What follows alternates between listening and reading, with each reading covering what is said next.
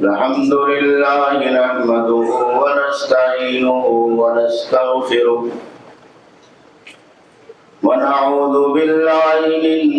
شرور أنفسنا ومن سيئات أعمالنا من يهده الله فلا مضل له ومن يضلل فلا هادي له وأشهد أن لا إله إلا الله وحده لا شريك له وأشهد أن محمدا عبده ورسوله أما بعد فإن خير الحديث كتاب الله وخير الهدي هدي محمد صلى الله عليه وسلم وشر الأمور محدثاتها وكل محدثة بدعة وكل بدعة ضلالة وكل ضلالة في النار فأعوذ بالله من الشيطان الرجيم بسم الله الرحمن الرحيم قاف والقرآن المجيد بل عجبوا أن جاءهم منذر منهم فقال الكافرون هذا شيء عجيب أإذا متنا وكنا ترابا ذلك رجع بعيد قد علمنا ما تنقص الأرض منهم وعندنا كتاب حفيظ بل كذبوا بالحق لما جاءهم فهم في أمر مريج أفلم ينظروا إلى السماء فوقهم كيف بنيناها وزيناها وما لها من فروج والأرض مددناها وألقينا فيها رواسي وأنبتنا فيها من كل زوج بهيج تبصرة وذكرى لكل عبد منيب وقال تبارك وتعالى في مقام آخر أعوذ بالله من الشيطان الرجيم بسم الله الرحمن الرحيم من قتل نفسا بغير نفس أو فساد في الأرض فكأنما قتل الناس جميعا ومن أحياها فكأنما أحيا الناس جميعا اللہ احکم الحاکمین جس نے ہمیں اور آپ کو اس کائنات میں ایمان اور اسلام کی دولت سے مالا مال فرمایا اور اسی کے ساتھ دنیا کی بیش قیمت نعمتیں ہمیں اور آپ کو عطا کی. اللہ رب العالمین اپنی تمام نعمتوں کے بدلے میں ہماری اور آپ کی ہر قسم کی مدح و ستائش، بزرگی، بڑائی، کبریائی، تسبیح و تحلیل کا مستحق اور سزاوار ہے. اللہ رب العالمین کی بے شمار حمد و ثنا کے بعد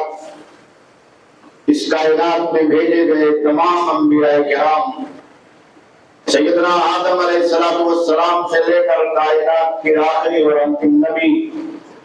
امام الانبیاء خاتم النبیین سید المرسلین محمد عربی جناب محمد رسول اللہ صلی اللہ علیہ وسلم پر اور آپ کے تمام ساتھیوں پر بے شمار درود و سلام نازل ہو. جنہوں نے اپنی انتھک قربانیوں کے ذریعے سے اللہ رب العالمین کے دین کے پیغام کو ہم تک اور آپ تک پہنچایا۔ میرے دینی بھائیوں اور دوستوں، خطبہ مسنونہ کے بعد قرآن مجید کی ایک آیت کریمہ آپ حضرات کی خدمت میں پڑھی گئی ہے، جس میں اللہ رب العالمین نے اس کائنات میں انسانیت قائم کرنے اور انسانی جانوں کی حفاظت کرنے کا حکم عطا فرمایا۔ ہمیں اور آپ کو یہ بات اچھی طریقے سے معلوم ہے اور معلوم رہنا چاہیے کہ اسلام کے جو بنیادی اصول ہیں، ان بنیادی اصولوں میں ایمان، عقیدہ، اللہ رب العالمین کی عبادت اور بندگی کے ساتھ اس روئے زمین پر اللہ رب العالمین نے جو آبادی بسائی ہے، ہمارے اور آپ کے گرد و پیش جو رہنے والے لوگ ہیں، چاہے ان کا تعلق کسی بھی مذہب اور دھرم سے ہو، چاہے ان کا تعلق کسی بھی طبقات اور برادری سے ہو، چاہے ان کا تعلق کسی بھی امیر اور غریب سے ہو،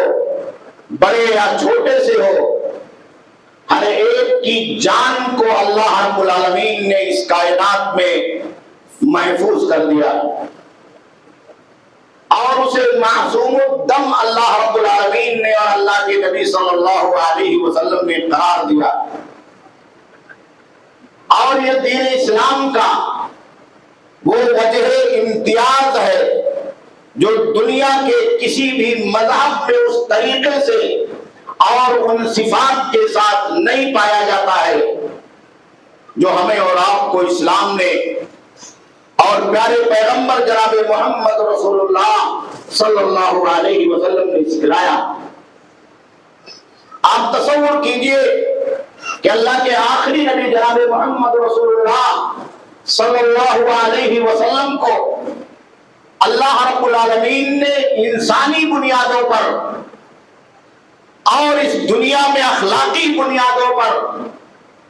اور انہی قیمتی بنیادوں پر نبوت کی خلاف سے سرفراز کیا اور پیغمبری جیسا عظیم الشان رتبہ اللہ رب العالمین نے عطا فرمایا۔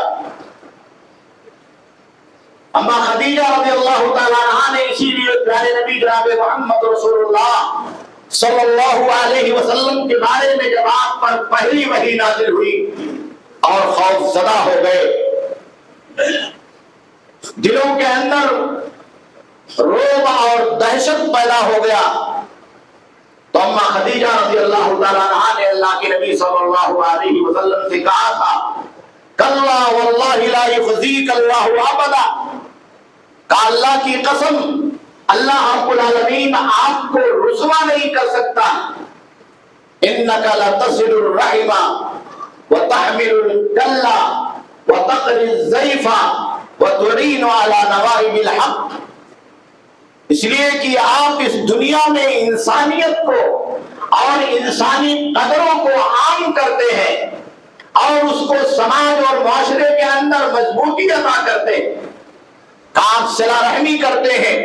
رشتہ داریوں کو، خاندانوں کو، ایک دوسرے کے دلوں کو دوسروں سے جوڑتے ہیں، سماج اور معاشرے میں نفرت کی کوئی گنجائش آپ کے پاس، آپ کے اخلاق میں، آپ کے کردار میں، آپ کے کیریکٹر میں اس دنیا کے اندر اللہ رب العالمین نے نہیں رکھی ہے۔ اور وہ تمام لوگ جو سماج اور معاشرے میں دبے کچلے ہیں، ان کو اوپر اٹھانے کی آپ اس سماج اور معاشرے کے اندر کوشش کرتے ہیں۔ آپ تصور کیجئے کہ پیارے نبی جناب محمد رسول اللہ صلی اللہ علیہ وسلم نے اس سماج کے اندر آنکھیں کھولی جہاں غلامی کا دور دورہ، ایک انسان کو پیسے سے خرید کر کے جانور کی طرح سے استعمال کیا جاتا تھا، گھوڑے، گائے اور بکری کی طرح سے اس سے کام لیا جاتا تھا اور اس کی کمائی کے ذریعے سے عیش پرستی کی جاتی تھی۔ پیارے نبی جناب محمد رسول اللہ صلی اللہ علیہ وسلم کا اس دنیا انسانیت کے ساتھ، عربوں کے ساتھ اور ان تمام ذہنیت پرست لوگوں کے ساتھ جو غلامی کی ذہنیت ذہنیت اس دنیا کے اندر رکھتے ہیں، دبانے کی ذہنیت رکھتے ہیں، کچلنے کی ذہنیت رکھتے ہیں۔ اللہ کے نبی جناب محمد رسول اللہ صلی اللہ علیہ وسلم نے غلاموں کی آزادی کے ذریعے سے، بادیوں اور لوڈیوں کی آزادی کے ذریعے سے ان تمام جاہلانہ تصورات کا خاتمہ فرما دیا۔ اس روئے زمین پر اگر عربوں کا وہ رواج آج بھی باقی ہوتا تو نہ جانے دنیا کے کتنے لوگ ظلم کی اس چکی میں غلامی کے ذریعے سے پیچھے جاتے اور اس کی زنجیروں میں آج بھی جکڑے رہتے۔ اللہ کے نبی جناب محمد رسول اللہ صلی اللہ علیہ وسلم نے سب کو آزادی دلائی، اور آزادی دلانے کے لیے جن لوگوں نے آپ کے ہاتھ پر کلمہ پڑھا تھا، اللہ کے نبی صلی اللہ علیہ وسلم نے جان کی فضیلت کا، جان کو آزاد کرنے کی فضیلت کا، اس جان کو غلامی کی بیڑیوں سے نکالنے کی فضیلت کا تذکرہ فرمایا کہ اگر کوئی بندہ اس روئے زمین پر کسی غلام کو آزاد کرتا ہے، اس غلام کی جان کے آزادی کے بدلے میں اپنی دولت کو، اپنے پیسے کو، اپنے روپے کو خرچ کرتا ہے، تو اللہ رب العالمین قیامت کے دن اس غلام کے ایک ایک عضو کے بدلے میں اس آزاد کرنے والے بھلے انسان کے ایک ایک عضو کو جہنم سے اور جہنم کے عذاب سے آزادی دلائے گا۔ نتیجہ یہ تھا کہ وہ لوگ جو غلاموں پر کوڑے چلاتے تھے، وہ لوگ جن کے ہنٹر غلاموں کی پیٹھوں پر چلا کرتے تھے، وہ لوگ جو ظلم کی چکی پر کمزوروں کو ستایا کرتے تھے، ان لوگوں نے ان غلاموں کی آزادی کو اپنے لیے باعث شرف سمجھ لیا۔ پیسہ لگا کر کے، مان لگا کر کے، قیمتی دولت خرچ کر کے ان غلاموں کی آزادی کے ذریعے سے جنت کے حصول کو اپنے لیے اس دنیا کے اندر کامیابی کا ذریعہ بنا لیا۔ اللہ کے آخری نبی جناب محمد رسول اللہ صلی اللہ علیہ وسلم ویسے رحمت للعالمین نہیں تھے، آپ کی رحمت کا یہی پردہ تھا۔ آپ دیکھیے کہ اللہ کے نبی صلی اللہ علیہ وسلم نے کس طریقے سے جان کی حفاظت کی، چاہے وہ جان مسلمان کی ہو، چاہے وہ جان غیر مسلم کی ہو، چاہے وہ جان کسی بڑے کی ہو، چاہے وہ جان کسی چھوٹے کی ہو، یہاں تک کہ ماں کی کوکھ میں پرورش پانے والے کسی بچے کی جان سے بھی کھلواڑ کرنے کو اللہ کے نبی صلی اللہ علیہ وسلم نے حرام قرار دیا، کیونکہ وہ جان ہے، اللہ نے اس کے اندر روح ڈال دی ہے، اسے جینے کا حق اللہ نے دیا ہے، اس کی زندگی کا مالک اللہ ہے، اس کی ڈور کا مالک اللہ ہے، اس کی روزی کا مالک اللہ ہے، اس کی حیات کا مالک اللہ ہے، اس کے دنیا کے اندر جینے اور مرنے کا مالک اللہ ہے۔ کسی انسان کو یہ اتھارٹی نہیں ہے، کسی باپ کو یہ اتھارٹی نہیں ہے کہ وہ ماں کی کوکھ میں اس بچے کی جان سے کھلواڑ کرے۔ انسانی جان کی اسلام کے اندر بہت بڑی قیمت، اسی لیے اللہ رب العالمین نے قرآن مجید کی آیت کریمہ کے اندر بیان فرمایا، من قتل نفسا بغیر نفس، کسی معصوم کی جان کو لے لینا، کسی معصوم کی جان کو لے لینا، اس کا مدد کر دینا، خون کر دینا، اس کی جان کا خاتمہ کر دینا، اس کی جان کو اس دنیا کے اندر جینے سے محروم کر دینا۔ زندگی جینے کے لیے اللہ رب العالمین نے جو حق دیا ہے اس حق کو ختم کر دینا، چھین لینا،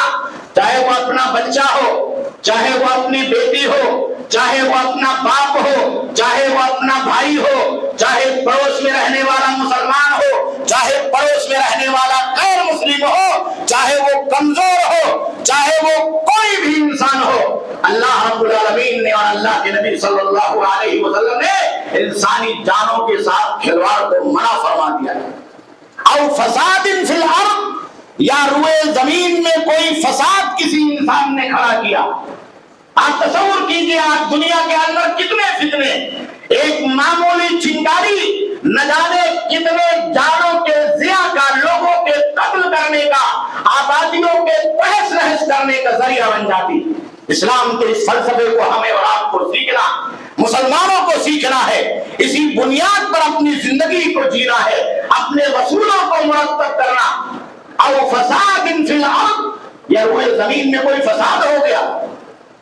انسانوں کے درمیان لڑائی ہو گئی، جنگوں کا معاملہ پیش آ گیا، فتنے اور خوریزی رونما ہو گئے، تو ایسا نہیں ہے کہ اس آگ کے اندر گھی ڈالا جائے،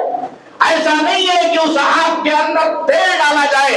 ایسا نہیں ہے کہ جذباتیت کی بنیاد پر، اپنے احساسات اور شعور کی بنیاد پر بے لگام لوگوں کو ان کے پیچھے چھوڑ دیا جائے۔ میرے دینی بھائیوں اور دوستوں، اللہ رب العالمین نے بیان فرمایا کہ اگر کوئی آدمی انسانی جانوں کے ضیاع کا سبب بنتا ہے، فتنے اور فساد کے ذریعے سے قتل اور خوریزی کا سبب بنتا ہے، فَكَأَنَّمَا قَتَلَ النَّاسَ جَمِيعًا، تو گویا کہ اس نے تمام لوگوں کا قتل عام کیا۔ جتنے لوگ اس دنیا کے اندر اپنی جان سے ہاتھ دھوئیں گے، ان تمام لوگوں کے زندگی کا وبال اور اس کا عذاب اس آدمی پر ہوگا جس نے فتنہ بھڑکایا، جس نے قتل کی آگ لگائی ہے، اور جس نے اس قتل کی آگ میں انسانی جانوں کو جھونکا ہے اور جھونکنے پر مجبور کیا۔ اسی لیے جب حضرت آدم علیہ السلام کے دونوں بیٹوں کے اندر جھگڑا ہوا اور ایک نے دوسرے کو قتل کر دیا، تو اللہ کے نبی جناب محمد رسول اللہ صلی اللہ علیہ وسلم نے بیان فرمایا کہ دنیا کے اندر لوگ اس سے پہلے جان مارنے کو نہیں جانتے تھے، قتل کرنے کو نہیں جانتے تھے، یہ پہلا خون تھا جو روئے زمین کے اوپر اس دنیا کے اندر قتل کی شکل میں پیش آیا۔ تو اللہ کے نبی نے کہا کہ قیامت کے صبح تک اگر کوئی انسان مارا جائے گا، کسی کا خون بہایا جائے گا، کسی کا قتل کیا جائے گا، کسی کی جان لی جائے گی، تو اس کے خون کا پہلا چھینٹا اور اس کے خون کا پہلا عذاب آدم علیہ السلام کے اس بیٹے کے اوپر جائے گا جس نے اپنے بھائی کا قتل کیا تھا، کیونکہ اس نے بنیاد ڈالی، کیونکہ اس نے بنیاد ڈالی ہے قتل کی، جانوں کو مارنے کی، ناحق انسانیت کا خاتمہ کرنے کی اور زندگی کو تلف کرنے کی۔ یہ بہت بڑا مسئلہ، بہت بڑا مسئلہ۔ اسی لیے اللہ کے آخری نبی جناب محمد رسول اللہ صلی اللہ علیہ وسلم جب حجۃ الوداع کے موقع پر خطبہ دے رہے تھے تو آپ نے اس خطبے کے اندر جہاں بہت ساری چیزوں کے بارے میں دنیا کے لوگوں کو ہدایات دی، صحابہ کرام کے لاکھوں کی تعداد کو ہدایات دی، تو اس میں اللہ کے نبی صلی اللہ علیہ وسلم نے صحابہ کرام سے پوچھتے ہوئے یہ بھی ارشاد فرمایا، کہا بتاؤ کہ آج کون سا دن ہے؟ تو لوگوں نے کہا کہ آج عرفہ کا دن ہے۔ کہا بتاؤ کون سا مہینہ ہے؟ تو کہا ذی الحجہ کا محترم مہینہ ہے۔ کہا کون سی سرزمین پر کھڑے ہو؟ تو لوگوں نے کہا کہ بلد حرام میں کھڑے ہیں۔ تو اللہ کے نبی صلی اللہ علیہ وسلم نے بیان فرمایا کہ ان دماءکم واموالکم واعراضکم حرام علیکم کحرمت یومکم ھذا فی بلدکم ھذا فی شہرکم ھذا۔ کہا کہ تم میں سے ایک دوسرے کا خون، ایک دوسرے کا مال اور ایک دوسرے کی عزت و آبرو ایسے ہی حرام ہے جیسے آج کے دن کی حرمت ہے، آج کے مہینے کی حرمت ہے اور اس بلد امین کی، بلد حرام کی حرمت۔ تو انسانی جانوں کی بہت بڑی قیمت۔ اللہ کے نبی جناب محمد رسول اللہ صلی اللہ علیہ وسلم کبھی لڑائی کو پسند نہیں کرتے، کبھی بھی اپنی زندگی میں آپ نے قتال کو، خوریزی کو پسند نہیں فرمایا، اور یہاں تک بیان فرمایا کہ سباب المسلم فسوق وقتالہ کفر، کہا کسی مسلمان کو گالی گلوچ دینا، گالی گلوچ دینا یہ فسق اور فجور کا گناہ کا کام ہے، اور اس سے قتال کرنا، جان کے در پہ ہو جانا، یہ کفر تک پہنچانے والا عمل ہے۔ تو اس سنگینی کو ہمیں اور آپ کو سمجھنا چاہیے۔ اللہ کے نبی جناب محمد رسول اللہ صلی اللہ علیہ وسلم کو اس کائنات میں انسانی قدروں کو بحال کرنے کے لیے اللہ رب العالمین نے مبعوث فرمایا۔ اسی لیے قیامت کے دن سب سے پہلے جو دو سوالات ہوں گے، ان دونوں سوالات میں سے ایک سوال یہ ہوگا کہ لوگوں کے درمیان خون بہانے کا کوئی معاملہ تو نہیں ہے۔ نماز کے بارے میں پہلے پوچھا جائے گا اور خون کے بارے میں پوچھا جائے گا، خون کے بارے میں پوچھا جائے گا کہ اس آدمی نے کسی دوسرے آدمی کا دنیا کی زندگی کے اندر خون تو نہیں بہایا۔ اللہ کے آخری نبی جناب محمد رسول اللہ صلی اللہ علیہ وسلم نے اسی لیے پوری دنیا کے انسانوں کے لیے جو 5 ضروری اور بنیادی چیزیں تھیں ان تمام چیزوں کو سکور اور محفوظ کر دیا. آدمی کا حسب و نسب محفوظ، اس کے جتنے راستے تھے جو انسان کے نسل کے اندر خرابی کا ذریعہ پیدا کرتے تھے، جو انسان کے حسب و نسب میں خرابی کا ذریعہ پیدا کرتے تھے، اللہ کے نبی صلی اللہ علیہ وسلم نے ان تمام چور دروازوں کو بند کر دیا. آپ دیکھیے زناکاری اور اس کے تمام طریقے، فحشکاری اور اس کے تمام طریقے جس کے ذریعے سے انسان کے حسب پر دھپا لگتا، انسان کی نسل پر دھپا لگتا ہے، نسلوں کی پہچان ختم ہو جاتی ہے، اللہ کے نبی صلی اللہ علیہ وسلم نے اس کو حرام قرار دیا. اور صرف حرام نہیں قرار دیا، گناہ کبیرہ قرار دیا. گناہ کبیرہ اللہ کے نبی صلی اللہ علیہ وسلم نے قرار دیا. اسی طریقے سے انسانی جان کو اللہ کے نبی نے محفوظ قرار دے دیا. ہر آدمی کی جان محفوظ ہے، کسی کی جان پر آپ ظلم نہیں کر سکتے ہیں. اور ظلم تو چھوڑیے، کسی کی نفس کو اور کسی کے بدن کو آپ ایذا تک نہیں پہنچا سکتے، تکلیف تک نہیں پہنچا سکتے. اگر آپ کے ذریعے سے کسی کو تکلیف پہنچتی ہے، آپ کے ذریعے سے کسی کو گزند پہنچتی ہے، آپ کے ذریعے سے کوئی آدمی اس دنیا کے اندر ایذا کا شکار بنایا جاتا ہے، تو پیارے نبی صلی اللہ علیہ وسلم نے اس کو حرام قرار دے دیا. اسی لیے کہا کہ ما زال جبریل یوصینی بالجار حتی ظننت انہ سیورث. کہا جبریل جب بھی آتے تو مجھ سے پڑوسی کے بارے میں پوچھتے. کہا پڑوسی کے ساتھ آپ کا معاملہ کیا، پڑوسی کے ساتھ آپ کا ویوہار کیسا ہے، پڑوسی کے ساتھ دنیا کی زندگی میں آپ کا رہن سہن کیسا ہے، آپ کا کردار کیسا ہے. اگر آپ اپنے پڑوسی کے ساتھ اچھے ہیں، آپ کی زبان اچھی ہے، آپ کی نگاہ اچھی ہے، آپ کا تعلق اچھا ہے، آپ کا ویوہار اچھا ہے، آپ اس کے ساتھ اس دنیا کی زندگی میں خوشگوار موڈ میں جینا چاہتے ہیں اور اس کو جینے دینا چاہتے ہیں، تو یہ مسلمان ہونے کی، سچے مسلمان ہونے کی پہچان. کہا اللہ کے نبی صلی اللہ علیہ وسلم بیان فرماتے ہیں کہ جبریل آتے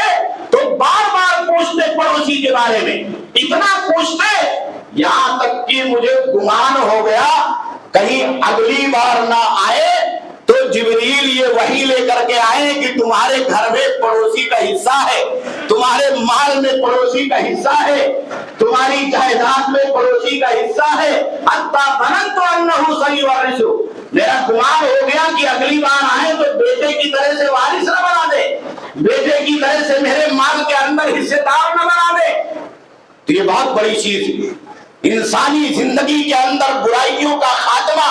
فتنوں کا خاتمہ، ناخوشگواریوں کا خاتمہ اور ان تمام نفرت بھرے تصورات کا خاتمہ انہی کرداروں کے ذریعے سے پیارے نبی جناب محمد رسول اللہ صلی اللہ علیہ وسلم نے اس دنیا کے اندر قائم فرمایا. اور